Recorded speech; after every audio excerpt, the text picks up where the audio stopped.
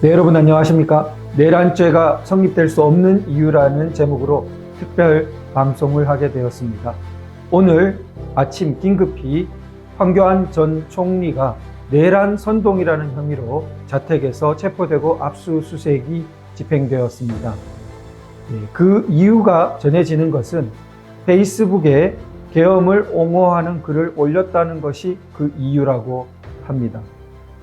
어제는 국무회의에서 공무원들 가운데 내란 연루자를 색출해서 합당한 징계 조치를 하라라는 총리의 말과 관련 헌법 존중 TF라는 것을 구성한다는 대통령의 거기에 대해서 옳은 일이다라는 취지의 말까지 있었습니다.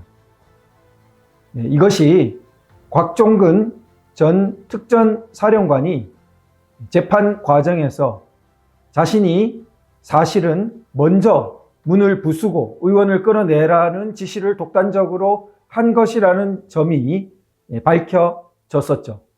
거기에 대한 우려를 동반해서 굉장히 폭주가 이루어지고 있는 것이 아닌가 생각이 됩니다. 사실상 형사재판 과정 중에서는 여러 이유 중에서 아주 유력한 축이었던 윤 대통령이 문을 부수고라도 의원을 끌어내라고 지시했기 때문에 자신은 예하 장교들에게 그렇게 지시했다는 곽종근 전 사령관, 그리고 헌법재판소에서 판결문에 적힐 정도로 그 사실이 인정되다시피 했던 그 내용이 사실은 거짓말이었고, 그런 부분이 내란을 성립시키기 원래도 내란죄가 어렵지만 결정적으로 허물어지고 있는 데 대한 다급한 그러한 반응들이 일어나고 있는 것이 아닌가 생각됩니다. 그래서 형사재판을 떠나서 사회 전체적인 분위기로 내란이라는 것을 당연히 기정사실로 해서 거기에 대해서 감히 이의를 제기하지 못하도록 그러한 분위기를 만들어 가려는 움직임이 있는 것이 아닌가 생각됩니다. 지난 12월 3일 계엄 이후로 많은 법조 학자분들, 현직 법률가들, 전 검사 출신분들, 판사 출신분들 입을 모아 계엄에 대한 의견을 떠나서 그것이 내란죄가 될 수 없다는 데 대해서는 많은 분들이 공식적으로 발언도 하시고 의견을 피력해 주셨습니다. 제가 지금 방송을 통해서 그 모든 것을 담아내지는 못하지만 그 중에 일부분, 제가 정리한 부분들을 말씀드리고자 합니다. 8가지 정도 말씀드리려고 하는데요. 먼저 첫 번째로 내란죄라는 것의 구성 요건과 본질적인 한계에 대해서 살펴보겠습니다. 우리 형사범죄가 적용되려면은 죄형 법정주의에 따라서 엄격하게 형법 혹은 특별형법에 따라서 법 조문으로 범죄의 구성 요건이 딱 서술되어 있어야 하고 거기에 맞아 들어가야만 범죄가 성립되는 대원칙입니다. 그러면은 형법 87조 내란죄는 어떻게 되어 있냐? 대한민국 영토의 전부 또는 일부에서 국가 권력을 배제하거나 국헌을 문란하게 할 목적으로 폭동을 일으킨 자, 이렇게 명확하게 되어 있습니다. 당연히 최고형이 사형으로 정해져 있는 형법 범죄 중에 제일 무거운 범죄에 속하는 범죄입니다. 내란죄의 보호법익은 보통 국가의 존립과 헌법 질서를 포함한 넓은 의미에서의 국가의 내적 안전이라고 말해지고 있습니다. 자, 여기에서 목적으로라는 용어가 나옵니다. 법 용어들이 그렇지만 특별히 형법상에서 이런 말은 의미 없이 들어가는 것이 아닙니다. 소위 학술적으로 목적범위라고 부르는데요. 목적이라는 것이 범죄 성립의 필수적인 요건이다, 이렇게 이해하시면 되겠습니다. 목적은 고의보다도 훨씬 센 거죠. 그러니까 모든 형법 범죄에서 아주 뭐 두 개, 과실치상, 과실치사. 이건 이제 과실이 범죄로 다루어지는 경우죠. 거의 대부분은 고의를 필요로 합니다. 그 범죄를 저지르고자 하는 범죄의 의도가 있어야만 범죄가 성립되는 거죠. 그런데 고의 말고 목적까지 있어야 성립되는 예외적인 범죄들이 몇 개 없습니다. 그 중에 하나가 바로 이 내란죄라는 것입니다. 즉 내란죄라는 것은 어떤 수반되는 행위에 대한 고의뿐만 아니라 명확한 주관적인 목적이 딱 밝혀져야 되는 것입니다. 그 목적이 뭐라고 되어 있습니까? 국헌을 문란할 목적, 이렇게 되어 있단 말이에요. 그러면 국헌을 문란할 목적이라는 것에 대해서 이미 우리 법원이 여러 차례 판시해 왔습니다. 그러니까 법원, 최고 법원의 권위로 이미 그 법리가 확립되어 있는 것입니다. 뭐라고 하냐? 국헌을 문란할 목적이라 함은 헌법 또는 법률이 정한 정치적 기본조직 제도 자체를 불법으로 파괴, 변혁하는 것을 의미하고 정권 교체 또는 개개의 정부를 타도하는 것은 이에 해당하지 아니한다. 이렇게 판시하고 있어요. 77년 판결입니다. 자, 그러면은 정권 교체, 심지어 정부 타도 이렇게 되어도 국헌 문란 목적이 아니라는 거예요. 이건 어디까지 가야 되냐? 정치적 기본 조직 제도 자체를 변혁한다. 거의 체제 변혁까지 나아가야 이것이 내란죄에 해당하는 국헌 문란 목적이 되는 거죠. 자, 그런데 이것뿐만이 아니라 내란죄에는 뒤에 폭동이라는 것이 떡하니 자리 잡고 있습니다. 자, 뒤에 뭐라고 했습니까? 그 목적으로 폭동을 일으킨 자, 이렇게 되어 있어요. 폭동을 일으킨 자. 그럼 그 폭동은 뭐예요? 대법원의 일관된 또 판시가 있습니다. 다수인이 결합하여 폭행, 협박하는 행위로서 그 다수인의 결합은 어느 정도 조직화되어야 하고 그 폭동 행위로 말미암아, 이 다음 중요합니다. 한 지방의 평온을 해할 정도에 이르렀을 경우, 적어도 한 지방, 어느 작은 지역이 아니에요. 한 지방의 평온을 해할 정도에 이르렀을 때를 폭동이라 한다. 이렇게 되는 거예요. 지금 일어났던 일에 대한 자기의 의견의 차이, 그거는 지금 형사범죄 성립에서 다른 문제입니다. 내란죄가 되느냐? 이것은 죄형법정주의와 우리의 법치주의의 근간을 허물어뜨리지 않는 한 상식적으로 이게 어떻게 그 일이 해당된다고 할 수 있겠습니까? 그런데 지금 작년 12월부터 온 전국을, 국민의 이성을 마비시키고 온 전국 천지의 현수막을 붙여가지고 내란 수괴라는 이름으로, 그리고 거기에 대해서 반대하는 사람들을 극으로 몰고, 그리고 그 사람들의 입을 겁주면서 틀어막는 일들이 벌어져 온 것입니다. 차분히 한번 되돌아보죠. 이런 식으로 만약 범죄를 적용시킨다면 감당하고 남아날 사람이 누가 있겠습니까? 법 조문에 있는 문헌 자체가 우리가 이해하고 있는 것과 대법원이 판시해온 것과 완전히 다르게 자기 마음대로 적용할 수 있는 그게 법 적용이라면 누가 그것을 법 적용이라고 하겠습니까? 법치라는 것이 의미가 없어지는 거죠. 둘째로, 헌법상의 권한 행사와 내란죄는 본질적으로 구별됩니다. 자, 헌법 77조는 대통령에게 계엄 선포권을 부여하고 있어요. 헌법이 그냥 부여해 놓았습니까? 사실 대통령 탄핵은 헌법에 있어도 미국 같은 선진국에서 이것은 경고적인 것이지 하면 안 된다라고 하는데, 우리는 대통령 탄핵 말고 온갖 탄핵을, 그것이 기각되는 것도 줄탄핵을 했을 뿐만 아니라 대통령 탄핵까지 이르렀어요. 헌법에 있으니까 다 된다고 했어요. 그런데 그런 태도가 왜 헌법에 있는 계엄에 대해서는, 대통령의 선포 권한으로 해놓은 데 대해서는 대통령은 근처도 가지 말라는 거예요. 요건 판단은 자기는 옳고 대통령은 그럽니까? 자기가 옳다고 헌법이 그렇게 자기 생각하면 되게 했습니까? 자, 그래서 자기가 생각하는 요건과 다르다. 만번 양보해서 그것하고 내란죄는 별개입니다. 자, 개헌법 2조에 보면은 비상계엄은 대통령이 전시사변 또는 이에 준하는 국가 비상사태 시 적과 교전 상태에 있거나 사회 질서가 극도로 교란되어 행정 및 사법 기능의 수행이 현저히 곤란한 경우에 군사상 필요에 따르거나 공공의 안녕 질서를 유지하기 위하여 선포한다. 이렇게 규정되어 있어요. 그러면은 우리가 익숙하게 아는 전시는 아니어도 이게 거의 지금 국가 내부적으로 준 전시 상태다. 하이브리드 전이다. 그리고 사회의 사법 기능의 수행이 현저히 곤란하다. 수사검사를 마구 탄핵하고 조금 있으면은 자기 유죄 주면 판사도 탄핵할 기세다.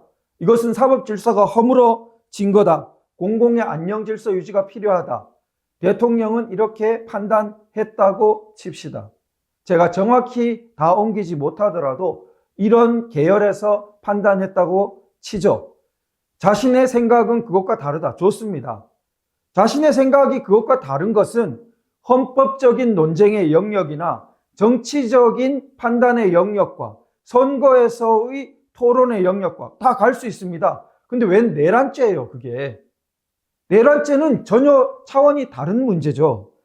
헌법상 권한 행사를 만약에 폭동으로 해석해버리면은 경찰이 시위를 진압하다가 위법한 공권력 행사를 했어요. 위법한 행사가 있을 때가 있죠. 물론 과격 시위 자체가 막 원인이 되는 경우가 더 많지만, 그런데 설령 위법한 공권력 행사가 있었다고 합시다. 그럼 그 경찰을 폭동으로 뭡니까? 그 경찰 부대를 폭동으로 뭐냐고요. 그래서 이것은 헌법상의 권한 행사에 대한 당부, 적절, 부적절 문제하고 형법상의 내란죄 성립은 완전히 차원이 다른 문제라는 것이죠.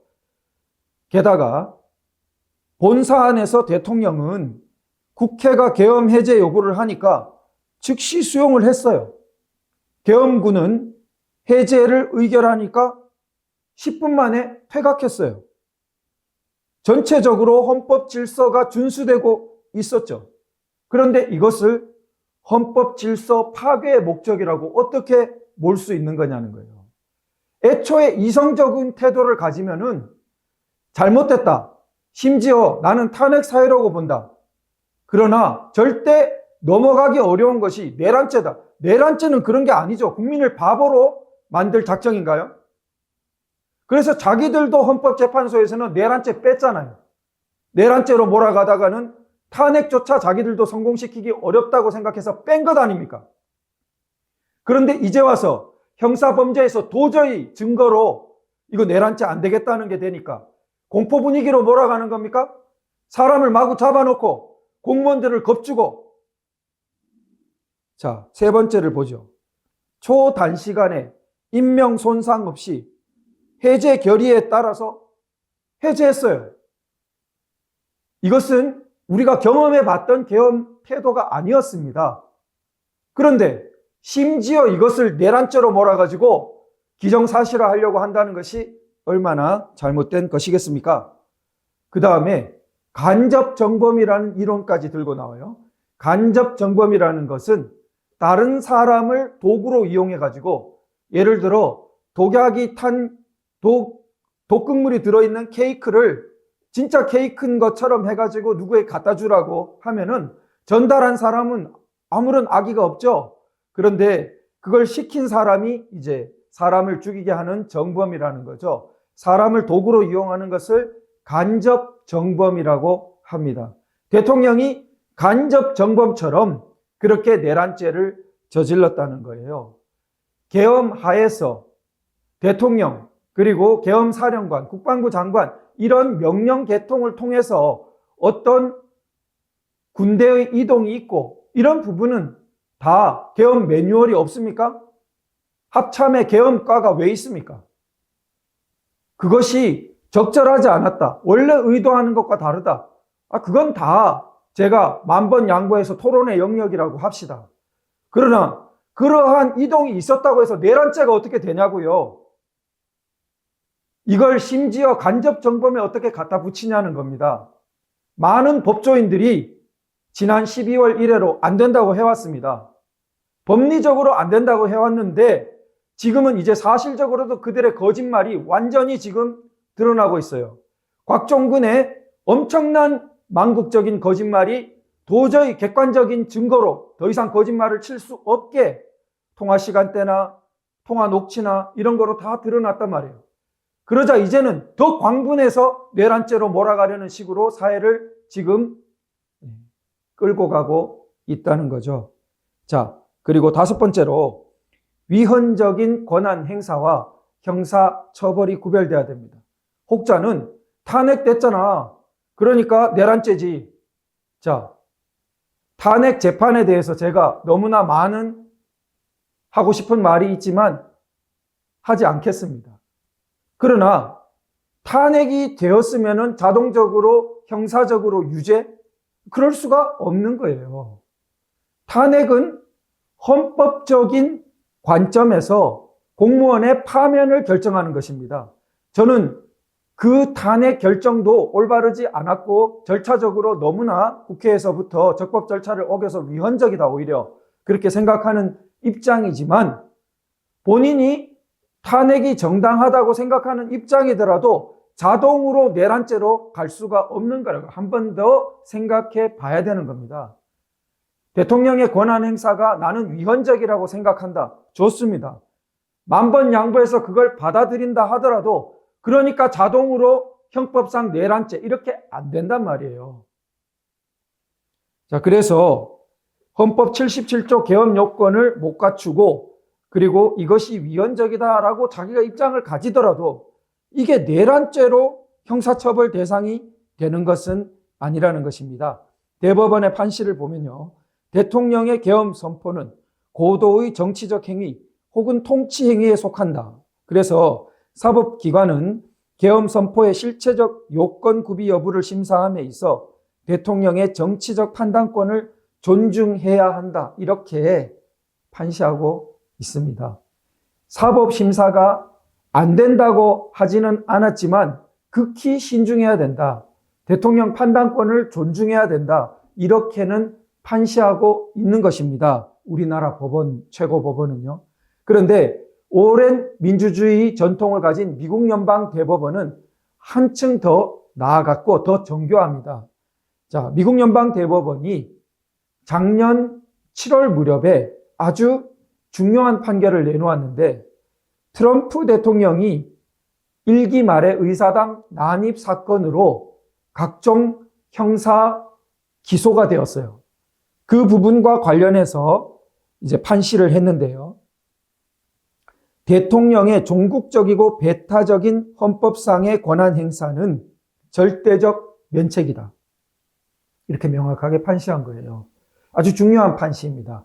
즉 뭐냐 하면은 헌법상의 대통령만이 행사할 수 있는 권한으로서 명확하게 규정해 놓은 것. 대통령만이 종국적이고 배타적으로 행사할 수 있도록 써져 있는 것. 예를 들어 전쟁에 대한 것. 우리 같으면은 계엄 선포에 대한 것. 헌법을 보시면 계엄 선포에 대해서는 대통령이 물어야 된다거나 동의를 얻어야 된다거나 어떤 결의를 거쳐야 된다거나 없습니다. 계엄 선포 자체는 대통령의 고유 권한으로 우리 헌법도 하고 있어요. 그러나 보완장치를 뭐를 뒀습니까? 국회가 해제 요구를 하면 해제하도록 되었고 그렇게 따랐지 않습니까? 자, 그런데 지금 대통령의 계엄 선포와 그 후의 후속 행위, 해제 요구를 수용하기에까지 이르는 행위를 내란죄로 본다고요? 미국 연방 대법원의 법리에 의하면 뭡니까? 절대적 면책입니다. 사법심사가 들어갈 수 없는 영역이에요. 그리고 종국적이지는 않더라도 대통령의 권한으로 헌법에 되어 있는 것은 면책으로 추정된다고 그 다음에 말합니다. 그러니까 계엄 선포에 대한 미국 연방대법원의 법리로는 계엄 선포는 사법심사 대상도 아닌 것이고 그 후에 후속행위와 뭔가 관련된 게 있었다 하더라도 그것은 기본적으로 면책으로 추정되는 영역입니다.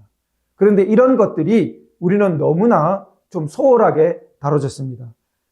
대통령제가 유지되기 위해서 민주정치체제에서 어떤 것이 필요한가를 오래도록 가장 오랜 역사를 가진 미국 대법원이 그런 것을 고민해서 내놓는 판시들인 것입니다. 자, 다음으로 증거의 증명력과 입증 책임을 보면요. 자, 형사재판에서 유죄 증명력은 증거가 민사재판보다 훨씬 엄격할 것을 요구합니다. 의심할 여지가 없는 그러한 정도의 적법할 뿐만 아니라 그런 정도의 증명력이 요구됩니다. 그래서 합리적인 의심을 할 여지가 없을 정도로 공소사실이 진실한 것이라는 확신을 가지게 해야 돼요. 곽종근의 현 증언을 보십시오. 곽종근의 저런 증언을 가지고 형사적으로 유죄를 어떻게 판단합니까? 다른 모든 형사재판이 지금 다 내려놔야죠, 그러면. 그런 증거로 앞으로 모든 형사재판을 유죄 줄 것 같으면은 원님 재판보다 나을 게 없죠. 무슨 증거 재판입니까, 그러면은. 그러니까 이 난리를 더욱 지금 하고 있는 것이 아닌가 의심이 될 수밖에 없습니다. 기정사실로 만들어라, 이런 식인 거죠. 심지어 내란 연루라고 공무원들도 색출되어서 숙청당하다시피 하는데 그 수괴인 대통령이 내란죄를 안 받아? 어디 재판부가 함부로 그걸 무죄로 해? 있을 수 없어. 이런 분위기를 만들려고 하는 거겠죠. 페이스북에 계엄 옹호글을 올려? 그게 바로 내란 선동이야. 뒤로 넘어가겠죠, 지금.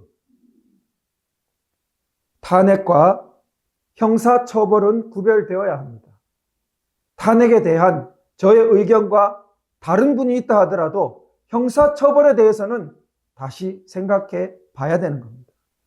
이런 장벽을 함부로 넘어버리면은 사회는 극도의 혼란 무질서로 갈 수밖에 없습니다. 영원한 파당과 잔인한 보복이 있을 수밖에 없게 되는데 나라를 걱정하지 않는 사람들은 그러나 마나 하겠지만 나라를 걱정하고 이 나라를 사랑하는 사람들은 너무나 우려하고 울분을 토하지 않을 수 없는 것입니다. 예, 간단히 정리하고 마치겠습니다. 자, 윤 대통령에 대한 내란죄 법리적으로만 보더라도 성립할 수가 없습니다. 헌법상 권한 행사를 폭동으로 볼 수 없죠. 국헌 문란의 목적이라는 거의 체제 변혁에 가까운 정치 기본 질서를 바꾸려는 목적 없습니다. 국회 계엄 해제 요구를 즉시 수용했어요. 헌법 질서를 존중하는 태도가 나타나 있습니다. 마지막으로 위헌적인 권한 행사, 이렇게 판단한다 하더라도 형사처벌은 그와 구별되어야 되는 것입니다. 헌법적인 책임 추궁, 정치적인 책임의 우리 국민들의 토론과 또 추궁, 이런 것과는 다른 문제입니다. 형사적인 이러한 악용, 그것은 준전체주의적인 경찰 국가로의 잘못된 길로 재촉될 뿐입니다. 함께 해주셔서 감사합니다.